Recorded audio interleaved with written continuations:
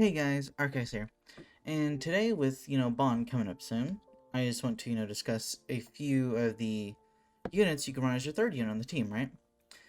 And you can run any of these. Any of these will work just perfectly fine, right? So yeah, before we open this, make sure you subscribe, if you haven't yet, and hit the notification bell.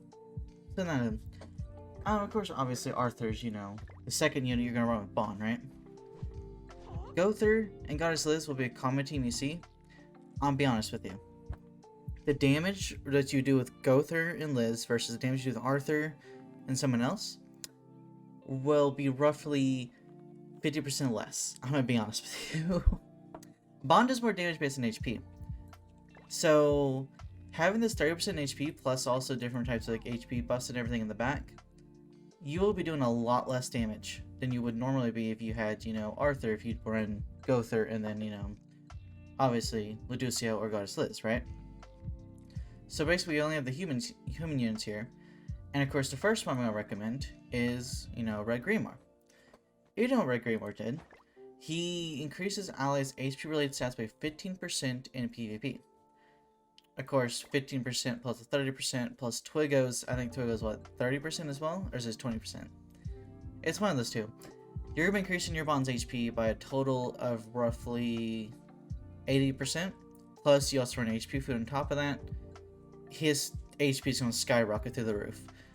Normally, with like someone like, Easton and Arthur on JP, I can get my HP of Bond on ungeared to roughly like 400,000. Somewhere around there. It's a big amount. So of course playing Grimoire and then Red Twiggo in the back, because I don't run Twiggo in the back, I run Death Pierce also on that team. And then with HP food, I run Dodge food. You're going to be skyrocketing through the roof, right? And then of course you're doing a ton more damage because all of Bond's attacks are based off the amount of HP he has, along with the HP buffs he gets. He's going to be getting a lot of HP, like 700, 800,000. I may have went over a little bit with that amount, but you get what I mean, right? It's a large amount of HP.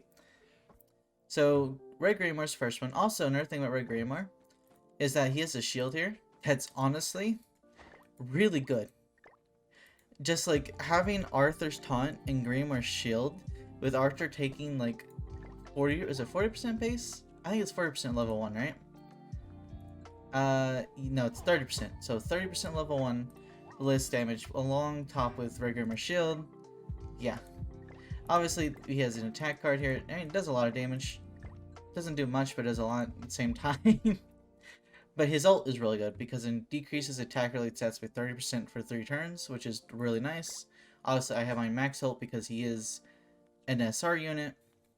So yeah, he's the first of the 3 to 4 units I can recommend you running on this team. Obviously, the second I'm going to go with is a common one. If you didn't want to run an HP booster as your third slot, is the 1 Escanor. He's just an extra damage dealer. He's really good. There's not much to say about him. He just does big damage. He will be doing less damage he would here than he would be doing with the Green Gother. But along with Bond, that's not going to be an issue because you're going to be doing a ton of damage no matter what anyways, right? Obviously, I don't have him completely max, but, yeah. There's not much to say about the 1 Escanor. He just does a lot of damage. That's it. He's just another big damage dealer on Bond's team. If you didn't have the 1 Escanor, if you didn't want to run him, and you want to run a more optimal team, one of the more optimal teams, I'm going to scroll down here. Where's she at? Here she is. Red Easton is one of the 3 most optimal units for Bond, right? And there's a few reasons for this. Number 1, her passive. It decreases the damage allies take from single target attacks by 6% for each ally that is a, OC unit, right? Including, the backline, right? So this is going to give Bond and Arthur 6% decrease of damage on top of Arthur's taunt.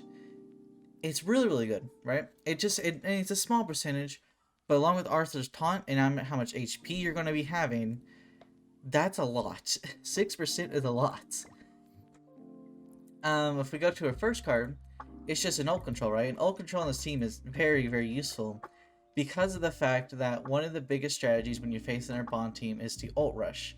If you ult rush, well, you're gonna win. Whoever gets their ult off first in a Bond match wins.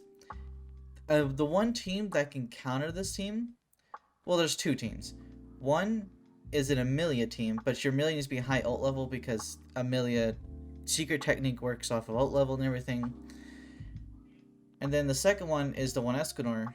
You can work, you need at least 3 out of 6 or higher for the fact that you need to ult and kill Bond, right? So having some form of like ult control in the team works very, very well.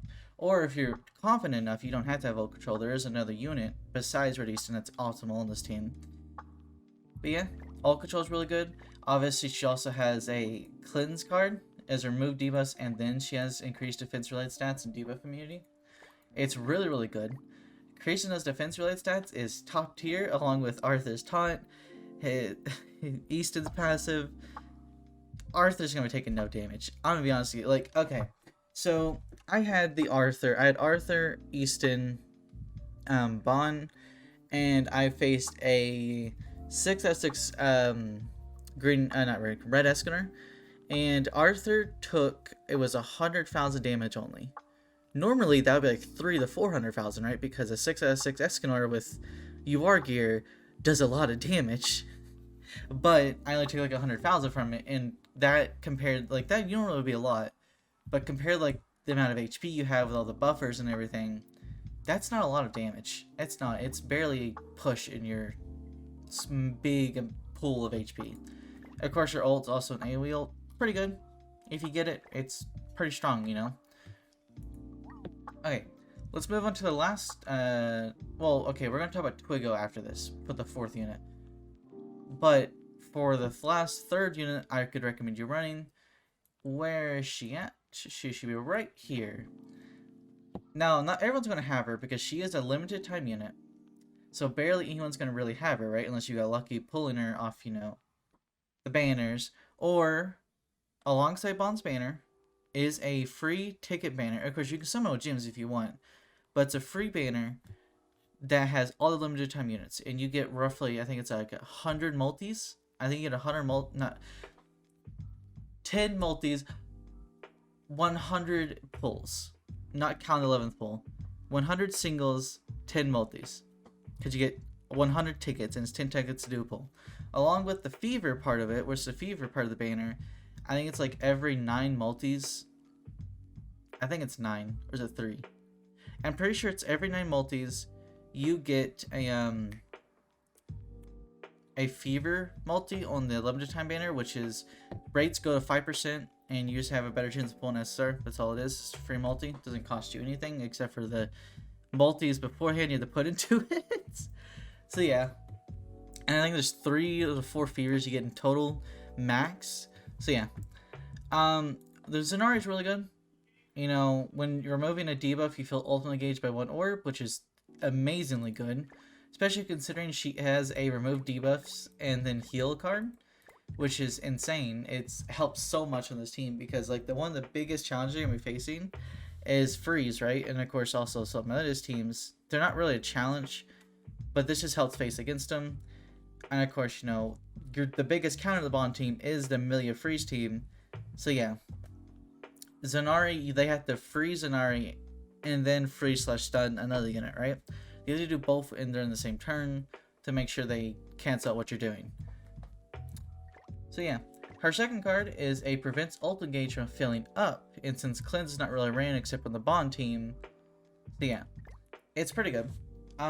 Both have ult control except that Zenari prevents from moving up, while Easton takes it down right off the bat, you know?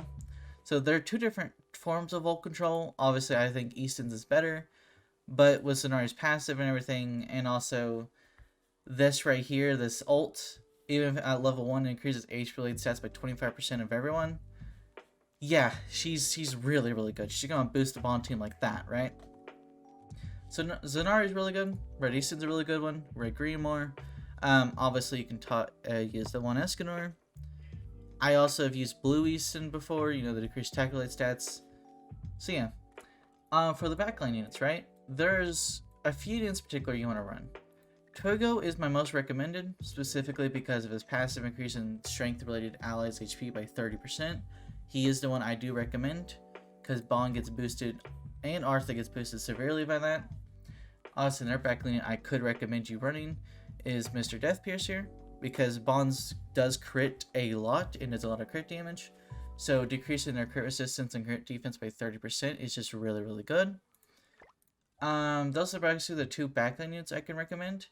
You could try running Red Jericho if you wanted to, because, you know, she increases attack related stats by 10%, though won't help Bond much for some of them, because he doesn't benefit from attack.